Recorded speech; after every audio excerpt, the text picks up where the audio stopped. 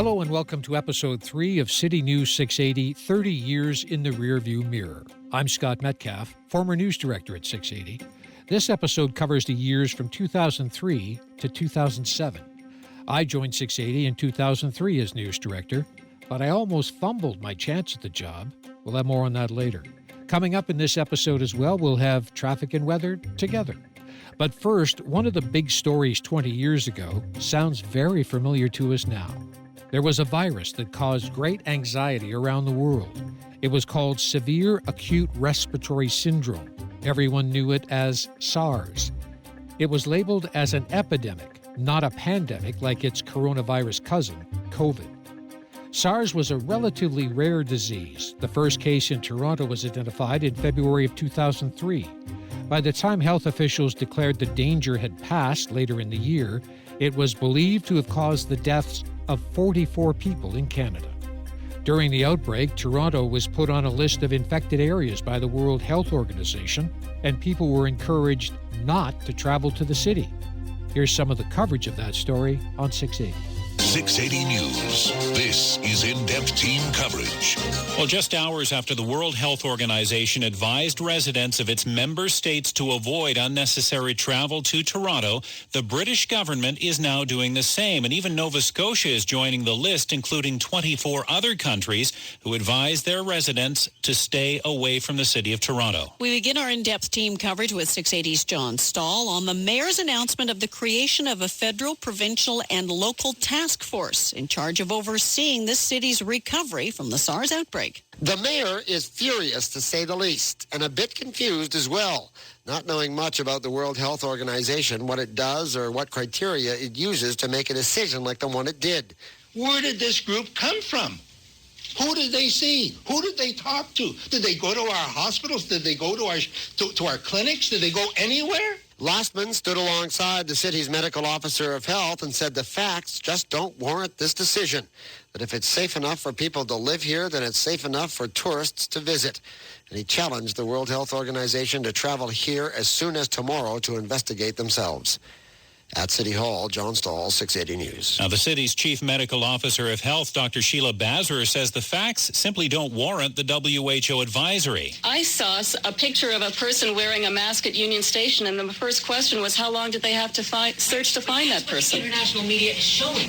Well, with the greatest of respect, if the media can show this city as it actually appears to those of us who live and work here on a daily basis, that might send a positive message, a more realistic message to international authorities and others. Dr. Basra went on to say the SARS outbreak is not over, but it is definitely under control. The SARS epidemic was eventually declared over within a few months, and that sparked a campaign to try to get people to visit the city of Toronto again. The biggest event of all to encourage tourism was an all-day concert at Downsview Park. It included the Rolling Stones, Rush, AC/DC, the Guess Who, and other bands.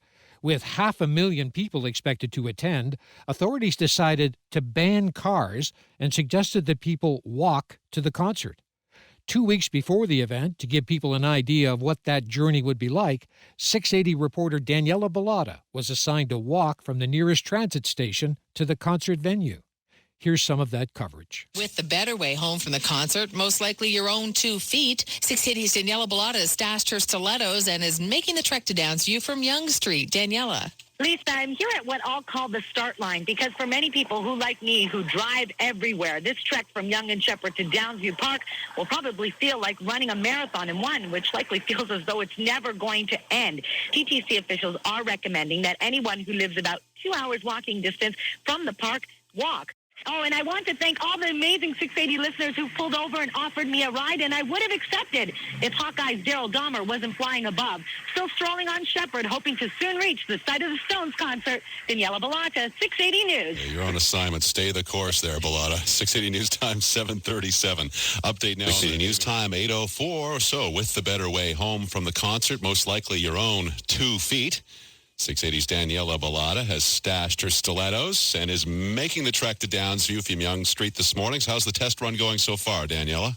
Paul, there is a light at the end of the tunnel. From Yonge and Sheppard, an hour and a half, and guess what? I'm here at Dufferin and Shepherd where Downsview Park begins. An hour and a half from Yonge and Shepherd to Downsview Park. Now, that's less than the 2 hours TTC officials have estimated, although I didn't have the sun beating down on me or 500,000 others hogging up the sidewalk. But nonetheless, it is a rather long trek, especially for those of us who haven't stepped on a treadmill in months. All right, years. But look at it this way. At least you'll be warmed up for the walk back. At Downsview Park, Daniela Bellotta, 680 News. 680 News Time, 8:36. Well, you might have heard of. And all of that led up, of course, to the massive concert that some were calling SARSstock on July 30th, 2003. 680 News Time, 7:03. 680 News. This is in-depth team coverage. He once told Rolling Stone magazine, success at a young age goes straight to your head like champagne. He's now 60. And today, Mick and the rest of the Stones, along with 15 other acts, are giving Toronto that champagne feeling. We are just 1 hour away from the opening of the gates at Downsview for the biggest concert in Canadian history, and the stage starts rocking at noon. We begin our in-depth team coverage with 680's Daryl Dahmer, high above it all in Skymaster 1. This is just amazing. Now, Daryl Dahmer and Russ Holden had a lot to do with building the reputation of traffic reporting on 680 News. They were both pilots with a vast knowledge of the roads and highways in the Toronto area. That tradition of excellence in traffic reporting continues to this day. It takes a lot of time and training to become a top-notch traffic reporter, so get your notebook ready, because coming up next, it's time to go to 680 Traffic School.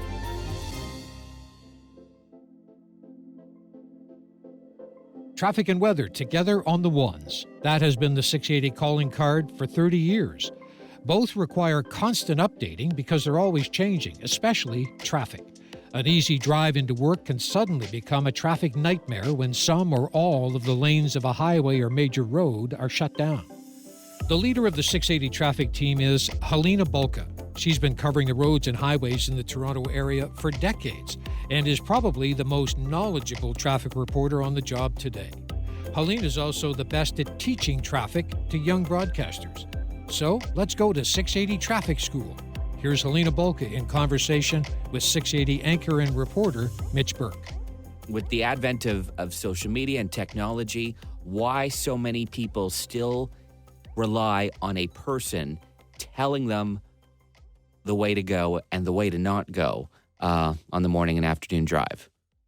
Well, we are more than a red line on a map, is the way we like to say it. We will let you know what is happening. We have cameras, we have eyes, so we can actually tell you as you're stuck in traffic, you can't see what's up ahead. We can often, and we'll be able to tell you, oh, the tow truck is there. They're just pulling the vehicle off to the shoulder, or more emergency crews have arrived on the scene. It looks like they're going to be blocking off another lane. We're able to give you that because of technology. I mean, the technology has advanced to the point where, well, first of all, nobody does traffic like CityNews 680. You can't learn it in school. It is a system that has been developed over the years with the development of technology, with the input from people that are passionate about what they do and incredibly knowledgeable about traffic in the city. And we have this a system that has grown over time, and nobody does it like we do. And what we have now in terms of technology and the ability to see what's happening in terms of traffic. We can see the traffic cameras. We can receive phone calls from people that are actually there. Our traffic spotters are vital. They're vital to what we do. They are so important. And so many times they call us and say, thank you so much for what you do. And I say, thank you for what you do, because we wouldn't be able to do it without you. So it's a team effort. And when people phone our traffic center, most of the time, unless we're on another call, they actually talk to us. We're the ones that are on the air, and we're the ones taking the phone calls from them. So there is a definite connection there. And there are always going to be collisions, and there are always going to be problems. And there are days when volume is really light, and then all of a sudden there are 3 accidents on 3 of the major routes. And I'm like, how did these people even find each other out there? There aren't even that many cars at 5 o'clock in the morning, but they find each other. And so we know what happens when there's one collision where one lane is blocked. And also the construction is overwhelming, especially in the overnight hours, where we can literally have hundreds of construction construction zones that are active. And we can have volume delays on the 401 because of construction that is like right until 3 o'clock in the morning, because people are stuck with paving going on and only one lane open. And we don't get much of a break as commuters here in this city, with the construction, with the collisions, with the number of vehicles on the roads. All of those things add up to just a very, very difficult commute. And there's some predictability, but there's not a lot of predictability. And that's why it's really important that we offer the service that we do at the City News 680 Traffic Department, because you can't always predict what's going to happen where. And even if a collision happens at the same spot the next day, it's going to be different.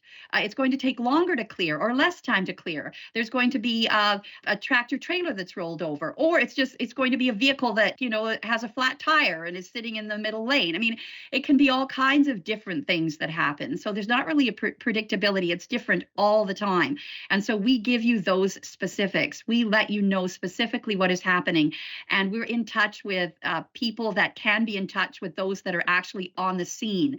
And so we can get minute by minute updates as to how long it possibly could be the case that this closure could be in effect. So we are on it. We are on it for you. Oh, we are. Let's go more behind the scenes and just talk about part of the unknowns about how traffic works. So there's the cameras. Sure. We're leaning on the listeners, but then it's the art of just looking at a screen, not with words on it, but what I'll call the traffic code, right. Letters and numbers and abbreviated words and and everything. I've done pretty much everything in this newsroom, but traffic has not touched me yet, and for that I'm grateful. But I mean, it is a new language, and you are the one that oversees the constant revolving door of people who are learning this art form. Frankly, like, take us behind it. What does it take to make someone a full-fledged 680 News traffic reporter? Well, first of all, we do something called a traffic test or traffic quiz, just to see where people's general knowledge base is before we hire them for traffic. And also their interest. A lot of people don't know they're going to like traffic because they've never done it before. You don't do it in school. You haven't done it at another job to the extent that we do it. And so we need to see where people's minds are at if they know north, south, east, and west. I mean, something as basic as that. And it's okay if they don't. Like, it's not for everybody. You need to have attention to detail. That's really important, and be a very logical thinker.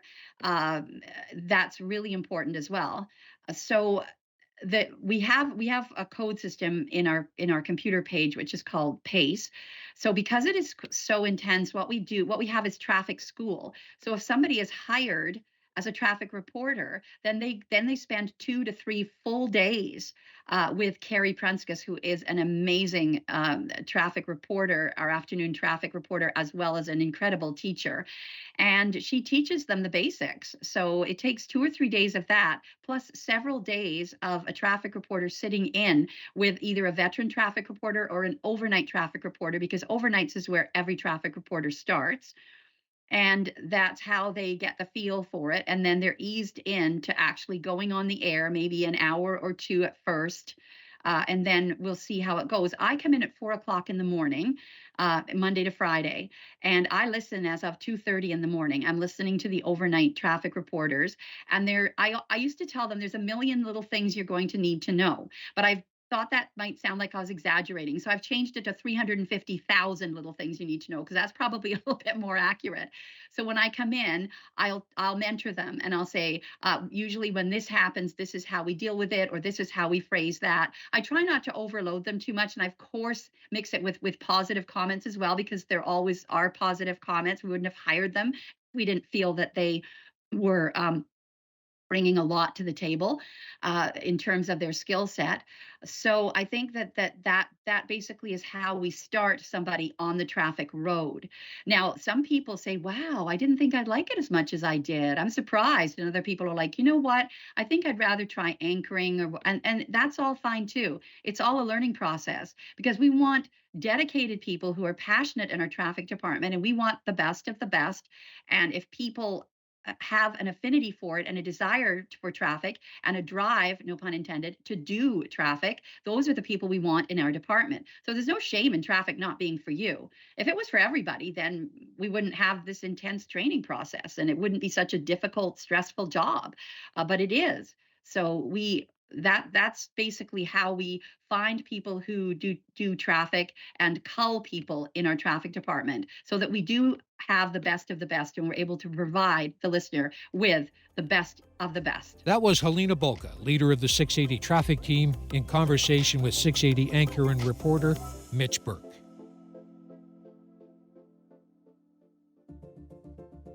Since the beginning of 680 News, traffic has always been together with weather. One difference with weather is there is actually formal training and courses for people to earn the designation as a meteorologist. There are a number of accomplished meteorologists at 680, and one of the longest serving is Jill Taylor. Jill comes by her love of weather honestly. Her grandfather was a meteorologist and an astronomer, and told Jill when she was a child that the sky tells a story. Since the 1980s, Jill has been telling the story of the sky as a broadcaster. She had worked at a number of radio stations and also spent time at the Weather Network. Before she started working at 680, Jill was a listener and realized she could help the station as a forecaster by providing weather coverage on the weekends. And that pretty much led to her creating a job for herself. So now here is Jill Taylor in conversation with Mitch Burke. How did your journey with us begin? Oh, yeah. Wow. Well, I'll take you back to 2002. And I was driving back and forth to Sick Kids Hospital in Toronto. So, of course, what station did I listen to for traffic? 680 News, of course. And the more I was driving, the more I realized, especially on the weekend, that there wasn't anybody doing weather. And I thought, this is insane. A really good station like 680, they need somebody to cover weekends. I'm going to propose an idea to 680 and see what happens, see if they like that idea. And I just, in my car, my little car on the DVP, called John Hinnon and said, "Hi, I'm Jill Taylor. I think you need to hire me." It went to his voicemail, but he literally called me back in my car about 2 minutes later and said, "When can you start?" It was the craziest. I basically said in my message, I said, "This is my idea. You really need some improvement for the weekend for weather. And, you can hire me. Let's do this." So he basically called me, said, "Yeah, when can you start? But I better meet you first."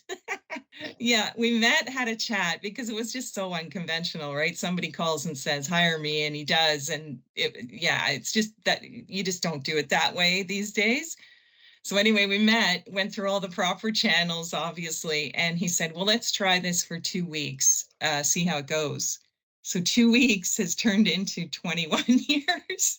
Yeah. So I remember growing up and hearing you with Deborah Edwards and Brian Fisher on weekend mornings, and there you were doing the weather. And then how did the big morning show, how did that opportunity come up? Yeah, good question. So I was doing weekends for a number of years, and I remember having this meeting with Scott Metcalf and John Hinnon, and an idea was proposed, and I just thought, how can I do it?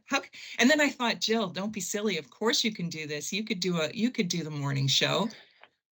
I was really nervous though, and yeah, I was nervous, but I thought, why not? So we have a few pillars that define the station, being it, of course, traffic and weather together.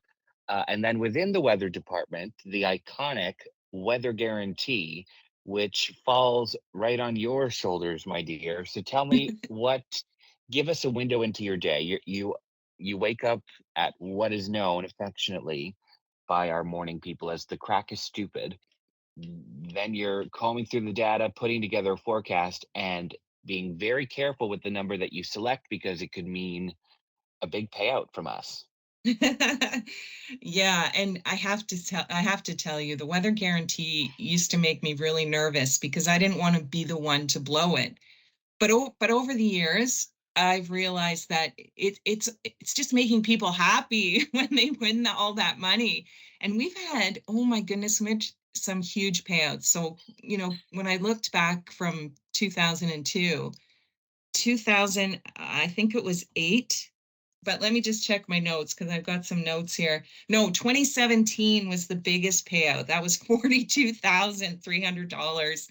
And I just thought, yeah, sure, we blew it. But man, is someone ever going to be so happy?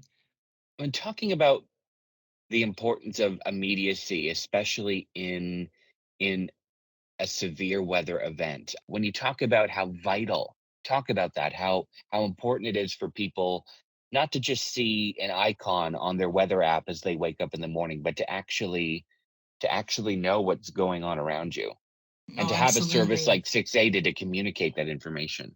100%. It's so important because it can change so rapidly. And yeah, it can catch people off guard. I remember when I lived in Whitby and, at a rib fest and a storm moved through and the lightning, uh, it hit, but it traveled through the ground and they had these steel pillars set up and it actually came through their chairs and people were affected. I mean, it was absolutely horrible. But because I was close, jumped in my car, ran down there, when it was safe, interviewed people, found out immediately, and we had, all the information on the air in literally seconds. It was, and again, that just shows our amazing teamwork. We get the reporters there, we get the people there, we get the information, find out what's happening. We have the experts to tell you what's going on, to stay calm. One of the local stories that really affected me was the Vaughan tornado. That was, that was, working that day and dealing with that. That was in 2009 and I was still pretty fresh. But that was I was in my basement reporting. Yeah, that was a scary one. We've had so many, impactful events that hurt people and impact their lives, but 680 is always there to give them the information and also to let people know, stay calm, because people hear this and they think a tornado may be impacting their area. So we give them the exact information instead of just, um, a watch or a warning from Environment Canada can give so much information, but we really can break that down and be very specific to certain areas because we're, live every 10 minutes and really help people get through it. It's just incredible the influence we've had over the years, for sure. Just broadly speaking, when you hear City News 680, what comes to mind? What do you think of? Yeah, the first thing that comes to my mind, I know this sounds silly, but just the power of communicating, the power that we can reach so many people and instantly and just let people know, especially what's going on with weather. It's just so we have such a big job. And yeah, I love it. That's morning show meteorologist Jill Taylor in conversation with 680's Mitch Burke. As we know, the weather is always changing, and that's why 680 has a team of meteorologists to monitor the weather 24/7. One of those is Chief Meteorologist Natasha Ramzahad. She's been covering weather on TV and radio for decades. Here now is Natasha in conversation with Mitch Burke. You are the first woman meteorologist to be certified and to be on the air in the city of Toronto. That dates back to 1999, so why don't you take us on a professional trip down memory lane? I kind of had an idea of what I wanted to do, and funny enough, it's because around grade I believe it was grade 11 or 12, I had called up Harold Hussein, the OG, our OG, City News weather guy. And one day I just said, hey, because back then you could just call somebody, right? And they would actually answer the phone and the landline. There was no social media. So I called him and I said, hey, could I job shadow with you? And he was like, sure, come on down, in his beautiful Trini accent. And this was at 299 Queen West. Went down for 2 days, saw what he was doing, saw the forecasting aspect and the broadcasting all meshed together, and thought, okay, wow, yeah, I think this is what I want to do. At least the forecasting part. I knew that the weather was kind of the route that I wanted to go. However, the broadcasting part, I wasn't sure at all until I got to the Weather Network. So 1999, I was forecasting. I was an operational meteorologist behind the scenes. And one of my jobs there became... was doing the graphics. It was briefing the on-air people before they went on air because they weren't meteorologists. And one guy, Randy Renault, I will never forget him. He was from Montreal. He said, you brief us, Natasha, as though you're on air. You should really try the on-air. I kept saying, no, leave me alone with my weather models. I wanted to be the meteorologist, the warning preparedness meteorologist that issued the tornado warnings from Environment Canada. That was where I was headed in my mind. And he kept pushing and pushing and pushing. And finally I said, okay, Randy, I'm going to get up in front of this green screen, show you how bad I am so that you'll leave me alone. And I got in front of that green screen at the Weather Network, and it was magic. It was just something inside me said, oh my gosh, this is what I'm supposed to do. And it reckoned back to when I had visited Harold as well. And I thought in my head, I guess this is what they say about manifestation. I said to myself, I'm going to have his job. I'm going to do Harold's job. And lo and behold, here I am doing it right now. But I mean, after I tried that green screen for the first time, here I was, 20-something, 22 maybe, 23, and as an operational meteorologist at the Weather Network, not having any idea, no broadcast knowledge, because in Canada, you either study meteorology or you study broadcast. We don't have the mix of the two as a degree up here versus the States, where you can go and get a broadcast meteorology degree. So I convinced the Weather Network, just because I had fun doing green screen, I convinced them to somehow put me on air, unpaid, on Sunday nights, 3 a.m, so Monday mornings, 3 a.m, when I thought nobody was watching. Managed to do it a couple of times. Well, I guess somebody was watching, because then I got a call from the CBC Radio. It was Metro Morning, saying they were looking for a meteorologist. Would I like to come over? And that was the start of me jumping station to station and network to network over the next decade and a half. So talk to me about, you were exposed to so many different audiences even before you got to City in 2011, I believe it was. So first there was Metro Morning. That lasted about a year, and then CBC had a vision for how it wanted to cover weather on a national scale, and you were involved in all of that. Yes, that's right. Now, I had 2 of my maternity leaves, had 2 of my babies while I was at the CBC. So I was there for 7 years, but really 5, I say. And also kind of going back and forth from doing national weather to international, as well as local. And yet, Tina Cortez calls, and this is when Michael Coos, I think, he was the chief meteorologist here in Toronto. He was moving, so he had to leave, and there was this vacant position. She called, she said, hey, Natasha, I've been following your career over the last decade and a half, and, want to offer you this position. And I said, wow, this is going back to when I manifested or said out loud, I'm going to have Harold Hussein's job one day. And here it is, right? Yep. And then came here and got to broadcast for both City News as well as 680. And now, of course, we're all meshed together in one. We're City News 680. And it truly is. I know it's going to sound like cheesy and cliche, but it is my dream job. People say, oh, so now what's next? Like, you want to go and host, or do you want to start a lifestyle show? I said, no. This is it. This is it for me. This can be it. Now, there's other things I do want to do. I mean, just based on technology changing, like podcasts, or venturing out into maybe some environmental specials or something like that. But this position really is the dream job, and I love it here. And I love when we can draw on your wealth of environmental knowledge, because you do, when you were focused nationally and internationally, that's its own beast. But when you're coming back home, and you've always been home, but when you're coming back home to Toronto, you have to reacquaint yourself with the topography of the city and what makes the city so starved of a good snowstorm. Well, there's some scientific answers for that, Yeah, they call it the Toronto hole effect, right? When the snowstorm comes and Toronto gets nothing, but then Kitchener gets 40 centimeters. And we're like, what's going on? And it's to do with the topography. I mean, storms coming in from the west don't do well. They are coming down off the escarpment, and downsloping is never good for any good storm.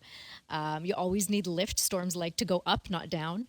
And then, of course, the interaction with the lake breezes. We're so unique in this little enclave that we have here around the Golden Horseshoe, that we're surrounded on one side by the escarpment, the other side by a body of water. And then, of course, even just the urbanness of Toronto, especially when you're forecasting temperatures, right? The urban heat island is definitely a thing. Temperatures vary so much from the city to more rural areas. And then, of course, temperatures vary from the lake even up to Bloor Street, really, right? So all these little things you get to know. And I always say you can never forecast for a city unless you've lived there. You can forecast. You can't forecast well for a city unless you've lived there, taken a drive around to see, what really is there. Like even driving north out of the city of Toronto, 45 minutes to an hour, and seeing all of the windmills now that are there. And recently, over the last couple of years, when we see weather systems come in, snow or rain, we're seeing so much more lightning. And it's a realization that these fields of windmills are actually attracting electricity. The lightning. So you will see lightning pop up more on the detectors. See, this is something that wasn't there 15, 20 years ago when I started forecasting. So you always have to sort of stay on top of everything as well. Right. So you talk about knowing the ground, knowing the water, knowing the air, knowing all of these things in order to put together a good forecast. It's one thing to say that, but it's another thing to be understood by the people, the listeners who are inundated by clickbait and all those wonderful things that can sometimes add to the perception that the business of meteorology isn't to be trusted, or there's something fishy going on up there. What do you say to the folks who take the forecast with a grain of salt? And I'll put that lightly. Yes. That has definitely become a big challenge, is the social meteorologists, I'll call them. All of the, and you know what? I love weather fanatics. It's a good thing. That's, if you are a weather fanatic, especially when you're young, chances are you will continue to hone that and go to school for it and become a meteorologist. And that's a great thing. But the fact that anybody can just pump out all of these weather graphics and information and computer models and then attach a headline to it is dangerous stuff. Because the other thing too here is sometimes it's weather to tell you what to wear, but many times as well, especially during severe weather, it's weather to save a life. And a lot of the more important messaging gets drowned out by so much information that's being spread out there. You know, sometimes people will see a storm also coming 10 days from now. 10 days. Models are not that accurate, guys. We cannot start putting these clickbait headlines out saying huge Toronto snowstorm 12 days from now, batten down the hatches. It's going to change. It's going to change. And with experience, you know that. You'll know from me as well, I will never put out on Twitter forecast snowfall amounts more than 48 hours ahead of a storm. It just doesn't make sense, because what's going to happen is I'll put out, hey, 50 centimeters coming 8 days from now. Then tomorrow I have to tweet, ooh, it's only 2 centimeters coming now 7 days from now. Then the next day I'll put out 30 centimeters coming 6, and people don't know what to believe. And this does give rise to the perception that, the perception's already there that we're always wrong. This is what people believe, and we can talk a bit more about how that came about, but this just lends to that, right? And keeps perpetuating that myth. Of course, our bread and butter is the short term. It's the day to day. It's the forecast every 10 minutes. From your experience, from when you started off in your career and to where we are now, have you noticed any changes from your perspective in the weather patterns that people ought to pay more attention to as they navigate, the years and decades ahead? Is there Is there something that people should pay attention to that perhaps they're not? Well, I think it's interesting because if I've been forecasting for 24 years and I've noticed big changes, imagine through the whole, meteorological record on Earth.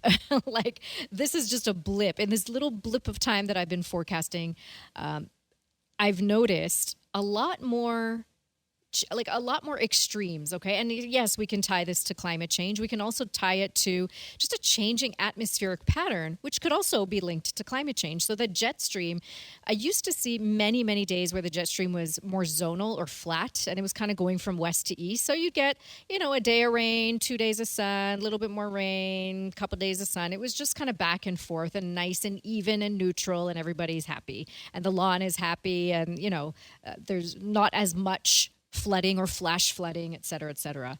But what I've noticed, especially I would say the last 8 to 10 years, and probably even maybe 15, just before I started at City, is more of an amplified jet stream. So it is very wavy. It is very wonky, and it stays that way for a longer period of time. So what that allows is extremes to get more extreme. So that means if you're hot, you stay hot. If you're cold, you stay cold. If you're wet, you stay wet, because systems can't move as easily. So you get a low pressure system coming in, and then it just sits over you. That's kind of what we're seeing over Toronto for today. Actually, since Monday, since the end of the weekend, we've been into this like cloud, rain, sun, cloud, rain, sun, cloud, rain, sun. It's not going anywhere, and it's cold. Like, everybody's wearing sweaters on the TTC today, and I saw puffy jackets in the middle of June. And so that's what I'm talking about. Even with, you talk about the wildfires out west, yes, there are other teleconnections that influence these patterns, like, ENSO, El Nino Southern Oscillation, the North Atlantic Oscillation, sunspot activity on the sun. There are natural cycles that we have to consider as well. But there's definitely something that is changing the jet stream, and the jet stream will determine who's hot, who's cold. It will also act like train tracks and direct storm systems in and out of an area. So we see a lot more of these cut-off systems where they come in and they get stuck and they just can't move. And that can be high pressure or low pressure. So low pressure, you stay rainy for a longer period. But high pressure, if that sits over you, you get those heat domes. We're seeing and hearing about more meteorological terms that are making the news now because they're staying for a longer period of time. Heat domes have always been there. But, they come for a couple of days, and before the media has a chance to grab hold of it, it's gone. But now they're lasting 2 weeks, and it's like hot, sunny, dry forest fires, drought. And now people are paying more attention because there's more impact on humans. There are also more humans on the planet, and we're spread out more. So the impacts of a lot of this stuff is just going to be sort of impacting more people, right? And so I think that's something that we have to realize going forward. Whereas maybe tornadoes were always at the frequency that they are, but we're seeing them more. We're capturing them more on video. People have expanded out, and they don't just live in the 416 and 905 anymore. Like, we're, expanding out to live in the 705 and 519, et cetera, and going north. So we're seeing a lot more stuff now. But I would say the human impact and the toll people have to realize more is going to be higher, and the frequency with these extreme events is going to be higher. That was City News Chief Meteorologist Natasha Ramzai in conversation with Mitch Burke.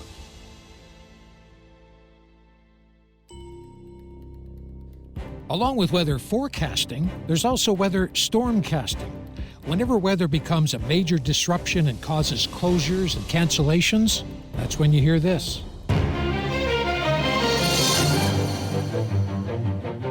That is the calling card of the Extreme Weather Center, where all the closures, cancellations, and delays are covered in detail. The absolute best at managing the blizzard of bits and pieces of information in the middle of a storm is Jamie Pulfer. She sat down with 680 Morning Show editor Samantha Knight to talk about being at the center of the Extreme Weather Center and how she originally joined 680 News. You've been with the team now for over 21 years. But if you can remember, let's take things back to your very first day at the station. Walk me through, what was it like? It was a long time ago, Sam. My first day at 680, I'm thinking back. I remember how it played out. It was earlier in the 2000s, let's just say that. So I arrived at the Rogers campus, and I remember thinking just how big it was. It was a campus. It was pretty massive compared to our station in Kitchener, which is where I had been working previously. And I met up with Scott Metcalf. He was the news director at the time. And then we ran into Paul Cook, who's become a very good friend and mentor to me. And he said to me, I expect to hear you on the lead story this afternoon. And I nervously laughed at him. But fast forward a few hours later, and sure enough, I was the lead story. So you expect your first day at a new job to be a little bit more laid back. You meet some people, learn a few things, but that wasn't it. They threw me right into it. There was a story breaking out of police headquarters, so I went there. Just before I went on the air, I remember my hand shaking, like a lot shaking. It was nervous excitement, I like to think, a very big moment for me in my career. And I don't remember what the story was, but I remember that feeling. Yeah, I feel like I even in the editor's chair, like I get those feelings too when it's a big story and or the first time I filled in on the morning show. And so I can only imagine your first day walking in here and then that's how it all went. It's amazing. Yeah, I know. Well, tell me about it. It's 20 years later and I still get nervous just covering the coronation of King Charles. Those major moments where it's such a big story, so many people are listening and you do get nervous, but I think it's normal and I think it makes you a better broadcaster. So I totally agree. Now, one of the things I would say that you rock every morning is, weaving together multiple angles in your stories. One of the biggest ways I would say that you do this is when you're at the Extreme Weather Center. Tell us a bit about how that runs and how you piece it all together. well, this it started out as the 680 Storm Center, and in the beginning, it was mostly focused on winter weather. It's definitely evolved from there as the climate changes, the weather becomes a lot more extreme, and now obviously it's the Extreme Weather Center. We focus not only on winter storms, tornadoes, anything intense. The first time I took on that role, I remember Paul Cook called me the quarterback, and it did stick. And we think about it, it is the epitome of news you can use. What the day is going to be like, the weather, school closures, the roads, the airport. What if I need a tow truck? How long's that going to take? So it's usually between 6 and 6:30 a.m. when a lot of that information starts to evolve. It gets very busy and I jump in the air every single time we get some new information and now it also gets posted online and social media, so it's a lot more accessible. And I've thought about it like that Russell Crowe movie, A Beautiful Mind, when it's total chaos, but it also makes sense. So in this role, it can get a little hairy. Not all the school boards have all the same decisions. They don't make the same decisions. So some days you can have some schools closing, others are just canceling their buses, and some canceling buses, but only in certain zones. So you better know what those zones are. And I have notes. I have a lot of help, and teamwork is a massive part of this. Yeah, I would say, Jamie, you definitely you always keep your cool and like you thrive under pressure those mornings. I know it does get extremely. We love to say it gets very hairy when all those closures are. We coming. say other things that we can't say on the radio, but yes, probably not hairy is the safe. word. Yes, hairy is the word. And just kind of so. A little bit more on that, like just what goes through your mind as all those closures are coming in? What are you feeling in that moment? Well, I mean, if you look at everything coming at you all at once, it's everything everywhere all at once. It can get overwhelming. So I just sometimes sit there, I take a deep breath, and you just roll with it. That's what you have to do. You're giving people the information in the moment. Sometimes you'll stumble, but we have some very human moments, and I think people appreciate it. I really do. Let's keep with the weather topic here. I would say that maybe one of our favorite days on the morning show is Groundhog Day, when we turn to our furry prognosticators to tell us if we're going to have 6 more weeks of winter or an early spring. I know that you've been to Wyerton a few times to cover that. What was that like? You know, I'm not going to say it's exactly like Groundhog Day, but it is like Groundhog Day again. Like even going into the small town, it's so idyllic. They're so excited about Groundhog Day. And I remember one year, our editor, Karen Parsons, booked me into a bed and breakfast. So it was very much like the movie.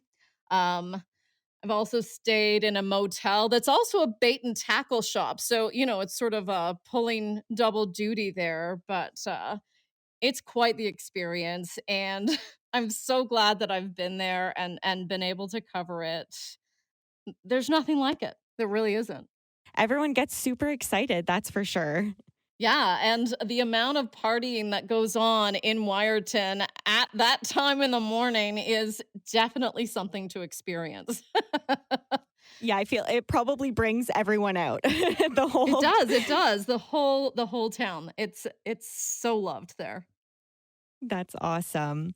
Is there anything else while I've got you still, anything else you want to kind of add or touch on? I don't know. I'm just so happy to be part of this station that's been such an institution for so long. And, we just celebrated this huge anniversary, 30 years. And I remember sitting in my bedroom as a kid with my clock radio, which was pretty high tech at the time, listening to CFTR. Loved it as a music station. And I was devastated when I found out that it was switching from music to all news. Like, I couldn't believe it. And this many years later, now I work here. So it's really funny how the world works. Yeah, what the universe. Something was happening there. Yeah, and same thing. I was just talking to Chris McCusker in our business center the other day, and she was the same. She loved the music station, couldn't believe it turned to all news, and here we both are. That was 680 reporter Jamie Pulfer in conversation with Morning Show editor Samantha Knight. Along with expertly managing the Extreme Weather Center, Jamie is also one of the best at finding audio to enhance a story.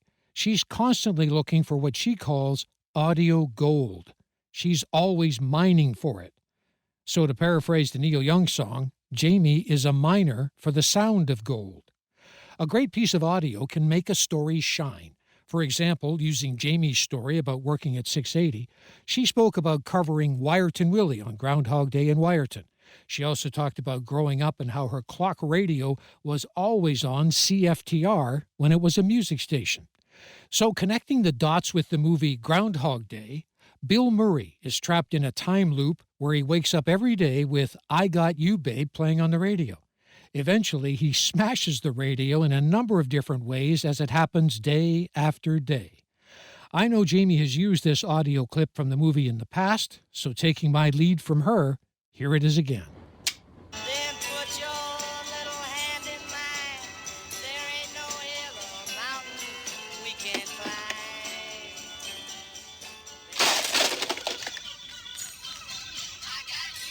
Now, people who work on the 680 Morning Show can relate to that. Their alarms go off at 2 or 3 in the morning, day after day. There are no doubt some days when they, too, would like to smash their alarms. Morning Show co-anchor Paul Cook uses Groundhog Day as a reference point. When someone new joins the morning show and things are going pretty well, Paul will often say, okay, let's see how they're doing after 2 Groundhog Days. That means let's see if they have the staying power to cope with getting up in the middle of the night for a couple of years at least. The current morning show has passed that test with flying colors. One of the main reasons they can keep getting up at what they affectionately refer to as the crack of stupid is because they are a team that supports each other. So especially on days when it may be more of a struggle to get out of bed and get into work before sunrise, they all know the morning team has got their back, even when they don't want to hear that alarm again at the crack of stupid. Then put your little hand in mine. There ain't no hill or mountain. Now, as someone who has worked in radio for many decades, I always cringe a little when I hear Bill Murray smashing that clock radio in the movie Groundhog Day. But on the other hand, it's a good thing that radio played such a key role in that movie. And radio continues to play a key role in the lives of listeners, especially when it comes to traffic and weather. So thanks to Helena Bulka for taking us to traffic school, and thanks to Jill Taylor, Natasha Ramsahai, and Jamie Pulfer for telling us how they cover the weather. They are the best at giving people the best information, which makes the 680 traffic and weather teams number one, together, on the ones. Time 7:31. Time for traffic and weather together on the ones. Up we go to Chopper 680. Here's Jordan Kerr. The cleanup is continuing here on the southbound 404. At Steeles, all lanes are closed because of this fatal collision investigation, hoping to have it open in the next half hour. So southbound 404 is jammed from Highway 7 down to Steeles. You get forced up the highway. You can rejoin using the Woodbine. There were a number of big stories between 2003 and 2007. We heard about SARS at the start of this episode. It was a hot and humid day on Thursday, August 14, 2003, a good day to have air conditioning. But then just after 4 o'clock in the afternoon, all the air conditioners shut down. In fact, everything shut down. It was a major blackout caused by a software bug. It started in Ohio and cascaded from there. Within hours, the blackout spread to about 10 million people in Ontario and another 40 million in the northeastern United States. Power was restored to most places about 7 hours later by midnight. There were lots of traffic issues, no traffic lights working, of course, and it was a hot August night to be without air conditioning. But there were many stories about citizens helping out, directing traffic, or offering bottled water to people walking by. 680 reporter Carl Hansky was out and about, finding out how people were reacting to the blackout. I'm down here on the lakeshore in the west end by Islington, and I'm observing here there is a run right now on bags of ice. Everybody's been running into local stores here. Many of them have run out now, buying stuff up. Of course, people have stuff in their fridges and their freezers they're concerned about, so they're stopping by and they're buying up bags of ice as well. Traffic is obviously dead here. We've got dead streetcars in the street. The traffic lights aren't working. We have civilians still directing traffic. Also, people, I'm noticing a lot of them in their cars just pulled over, even in their driveways. Some of them to come off and get cooled off inside, also because the radios aren't working inside. They've come out to sit in their cars and so they can listen to what's going on. The problem is a lot of the gas stations are not working because the pumps are all electronic, so there's no gas right now. Everyone's being turned away, so those maybe stuck in traffic on the way home might want to maybe pull over for a little bit. As well, some seniors up in apartment buildings I've been noticing have been coming down. A lot of them have been coming down to the ground floor outside because there's no air conditioning. They're getting hot, of course, and I was over at a wading pool. A lot of parents taking over the young children over to the wading pools and giving them a little cool splash as well. I just saw a couple of residents in the neighborhood here bringing some seniors down to the wading pool to help cool them off as well. A word of advice to people, if you can safely make your way down to the waterfront, I would recommend it because, to be honest with you, you can grab some shade. There's a nice breeze coming off the lake. It's actually very, very comfortable here down on the water's edge. So there's a million different tales going on here. People are like camping out here. It's some of them are taking it in great stride. It's just walking by this guy who's got a ton of stuff on the barbecue.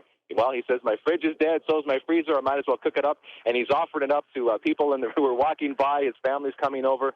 Some of the residents in the seniors building, a lot of their children and nieces and nephews are coming over to pick them up, bring them back to their place. They don't have power, but they have barbecues and whatnot, and then they can keep an eye on them. So people are really pitching in here. I'm seeing people handing out water on the street here for free. Some of the motorists that are coming in, they're pulling them over if they're hot. They're having their cars running, let them come in and sit in their air conditioning for a little bit. So traffic, I must commend motorists as well here. I mean, this is a major artery here on the lakeshore, and I haven't seen one accident. I've seen a lot of people going slow, very cautiously through the intersections. They're listening to either the police officers or even the pedestrians. Here I am right now. I was in the middle of the street. He's blocked by a streetcar that isn't moving, so he's somewhat protected from the cars. But they're listening to him. They're going slowly. A lot of ice cream trucks here. They're making a brisk business as well this afternoon. Bottled water, ice cream. I'm seeing Slurpees and slushies just being bought up by the dozens here. They can't keep up the lineups for so long. So everyone seems to be taking this rather well in stride. That was 680 reporter Carl Hansky reporting on the massive blackout in August of 2003.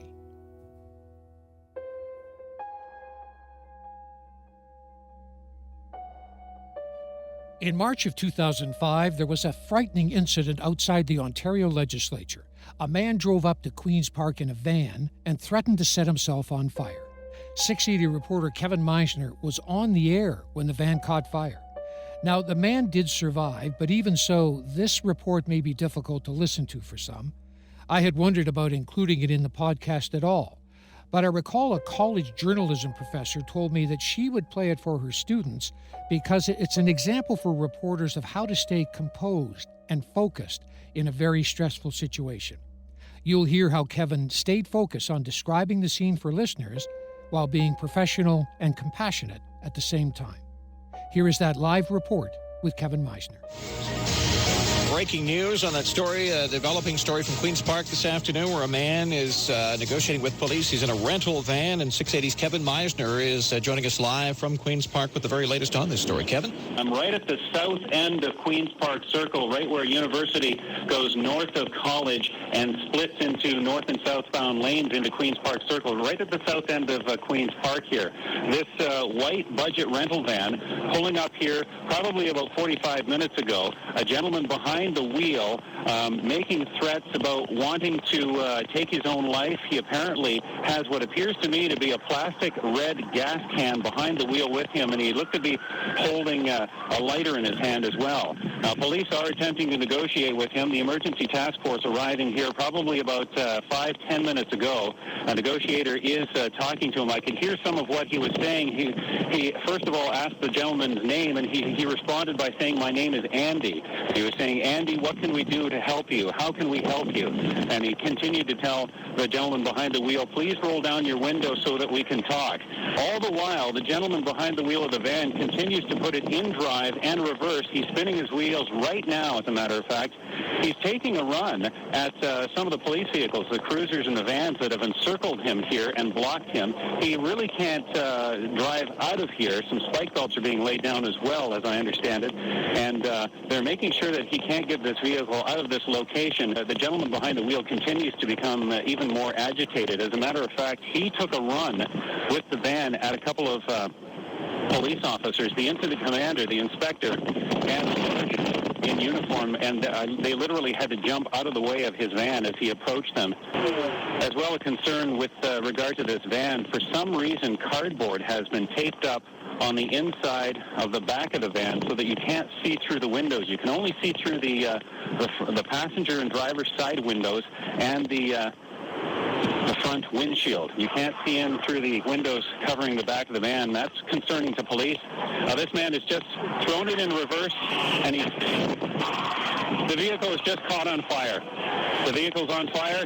Fire crews are moving in there, hosing it down. The vehicle just a second ago was thrown in reverse. It hit a street sign, and that's when police cruisers and other vehicles moved into position. They moved into position, boxed him in so that he could not. A man has now been pulled out of the vehicle. He is on fire. He's on fire. Police and fire crews are doing what they can to douse the flames, but this man is on fire. He has somehow set the vehicle and himself on fire. There's just a frantic response right now. Police and fire crews are all over this man, trying to put out the flames. It appears the flames have been put out. I can see the man is moving. He's being hosed down. He's being hosed down, and police obviously trying to restrain this man as well. It appears he has been injured. He's being dragged to my direction right now. He's been dragged away from the vehicle and is now on the pavement. Police have surrounded him. A gurney has been pulled in. His clothes are being pulled off. I'm just being asked to step away by the police here. I'm just going to try to step over here so I can get a better vantage point here. This man He appears to be unconscious. He's no longer moving. I can see his skin. His clothing has been removed. He doesn't appear to be burned to any great degree. Police officers asking the crowd to step back. We've got EMS on the scene now. They're treating to this man. They've rolled him onto his side, and they're attempting to pick him up. They're picking him up now, putting him on a gurney. This man is bleeding from the head. I can see some injury to his head, but his body appears to be not burned, even though he was pulled from this vehicle minutes ago on fire. He's been wrapped up in a pink blanket. He's on the gurney. EMS officials are treating him. It appears he's sustained some cuts to his face and his head, so he is bleeding quite a bit here. But that appears to be the extent of his injuries from what I can tell here. He has an oxygen mask being placed over his face as well. He doesn't appear to be fighting with them. EMS crews are still tending to this gentleman. They're trying to evaluate his injuries, obviously. And they're trying to dry him off to a certain extent as well. They're wrapping him up and putting him in this blanket. They've wrapped him up on this gurney. They're now attaching some restraints, and a paramedic vehicle is pulling up to my position. This is all happening not even 10, 15 feet in front of me here. The paramedic van has pulled up. They're opening up the back. That horn that you're hearing is the horn of the rental van. It has been, the front end of it has been crushed in. A police vehicle burst forward and slammed into the front of this vehicle to stop this man from trying to escape after he put the rental van in reverse and hit a snowbank and then slammed into a street sign. That's when police vehicles moved in and boxed him in so he could not move. So that's what triggered that alarm. The gentleman on the gurney is now being wheeled up to the ambulance. They're lifting him up and loading him up onto this paramedic van. I can see his hand is moving, so this man is conscious at this point. Again, suffering from some sort of lacerations or cuts to his head and his face. He's now been loaded into the van. It would appear that this situation, this extremely tense situation, has been taken care of. Police, of course, want to secure this scene before they take this man to the hospital and give him the obvious treatment that he's going to need. Reporting live from the south end of Queen's Park Circle, Kevin Meisner, CityNews. That was Kevin Meisner describing the scene when a man set himself on fire outside the Ontario legislature in 2005. Again, the man did survive and was eventually released from hospital a few months later. Also in 2005, 680 News received a national award for breaking news coverage of a story from the year before. 680 reporters Kevin Meisner and Carl Hansky both went to the scene where a woman was being held hostage by a man on a sidewalk. The man had tried to kill his estranged wife and was being chased by police in downtown Toronto. On a sidewalk outside of Union Station, the major rail hub in Toronto, the man grabbed a young woman at random and held her hostage right there on the sidewalk. Across the street from the standoff is the Roy York Hotel. Reporter Kevin Meisner went in through the back entrance of the hotel and managed to get into a room overlooking the scene. The coverage of that event on 680 News won a national award from the Canadian Radio Television News Directors Association. In a moment, you'll hear the official announcement at the awards ceremony, and you'll also hear that the live band at the event had taken the time to learn the theme music for the 680 newscasts. Here now is the announcement from the stage at the awards ceremony. Toronto's morning rush hour ground to a halt. We all remember when a gunman grabbed a woman and held a gun to her head in the broad view of thousands of people on the streets and commuters. The drama ended with a police sniper taking out the gunman, and this station's reporter had a bird's eye view of it all.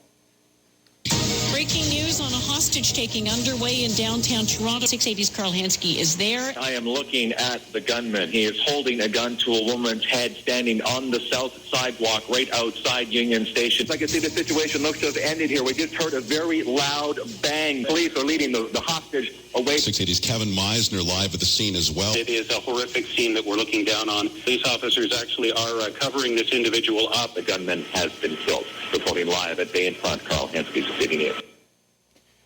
The Charlie Edwards Award, National Radio, goes to 680 News for downtown hostage drama.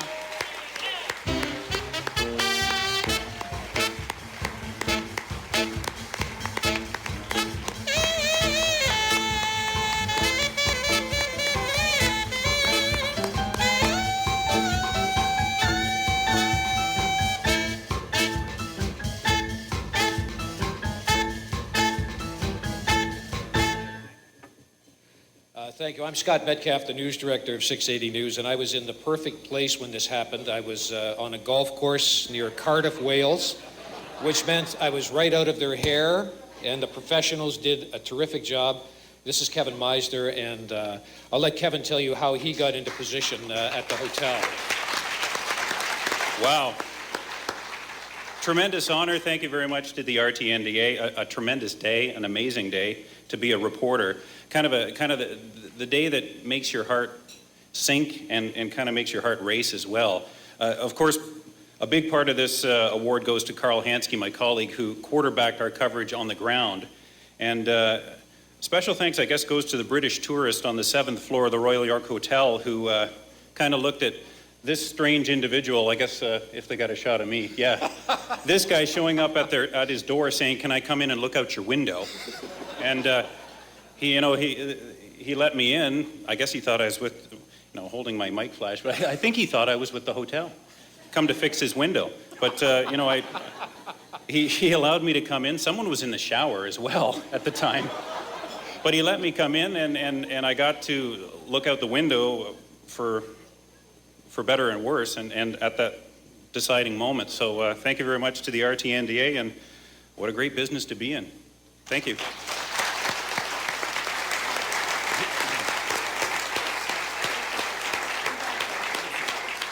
That was 680 reporter Kevin Meisner receiving the National RTDNA Award on behalf of 680 News for coverage of a hostage-taking in downtown Toronto.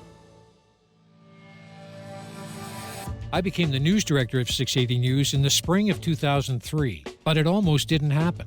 At the time, my job was executive producer at The Fan, the all-sports radio station. Having been with The Fan from the beginning in 1992, it was difficult to think about moving on.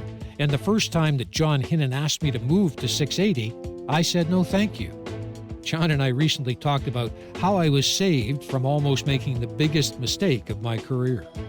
Obviously, one of the things that I'm absolutely forever thankful for is that you hired me as the news director at 680 News. I had come with the Fan 590 folks when Rogers bought the Fan, and we came down to Bloor Street to join the team there.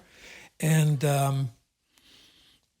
tell the story about how I almost blew it. I almost made a big mistake. Well, you and I were driving to a golf course, and I intentionally made sure that you were in the car with me. I was driving so I could talk to you about it. Because Stephanie Smythe had decided to leave, and she was moving to Global. And so I had this opening. And I remember sitting down with Gary Miles, who was the head of radio at the time, and we're talking about, who could possibly take over. And your name came up during that discussion. And he says, "You know what? You should talk to Scott." And he said, "I think it'd be good." I said, "I think you're right." So I spoke to Scott Metcalf in the car, and he said, "No, I'm in love with the Fan," just as I was. He says, "I know you love the 680 just as I love the Fan." I said, "Well, that's great." So I went back to Miles and said, he loves the Fan.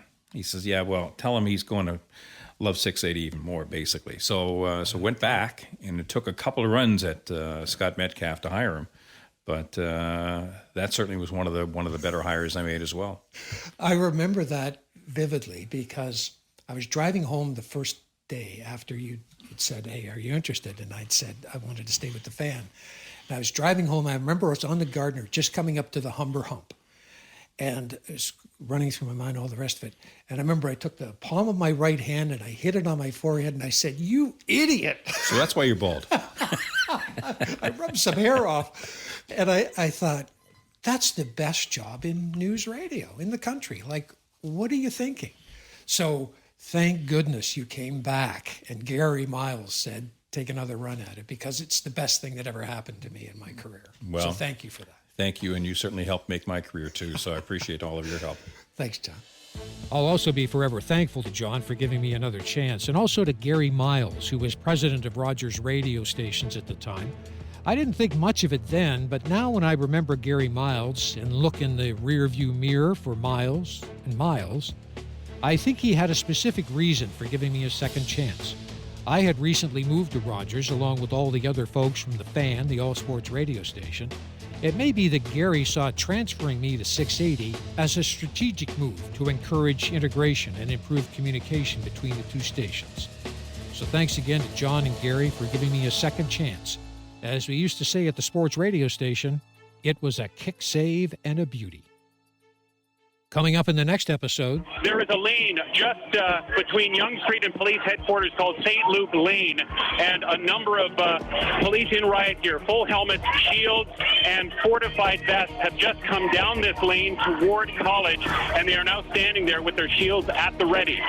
The G20 protests turned Toronto upside down.